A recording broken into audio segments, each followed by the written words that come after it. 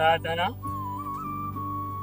આપણા હૃદયને કોમળ કોમળ બનાવવા માટે છે.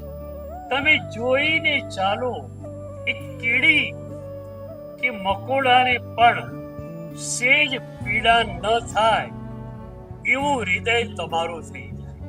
વધાન કરીને તમે જાઓ, પહેલી જ ફળશ્રુતિ આ કે તમારું હૃદય કોમળ બની જાય અને કોમળ હૃદયમાં જ પ્રભુનું અવતરણ થાય છે. ત્યાર સુધી પ્રભુ આપણને કેમ નહીં મળ્યા? કારણ આપણું હૃદય કઠોર હતું. મને સુખ મળવું જોઈએ, બીજાનું જે થવું હોય તે થાય. હવે આખી વાત બદલાઈ ગઈ.